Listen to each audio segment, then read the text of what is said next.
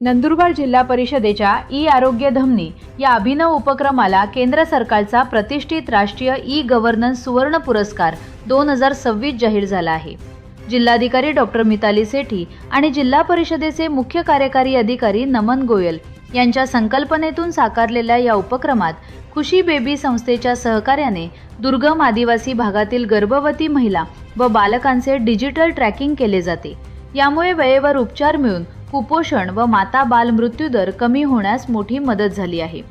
जयपूर येथे झालेल्या कार्यक्रमात केंद्रीय मंत्री जितेंद्र सिंग यांच्या हस्ते जिल्हाधिकारी मिताली सेठी, जिल्हा परिषदेचे मुख्य कार्यकारी अधिकारी नमन गोयल आणि जिल्हा आरोग्य अधिकारी डॉक्टर रवींद्र सोनवणे यांनी हा पुरस्कार स्वीकारला।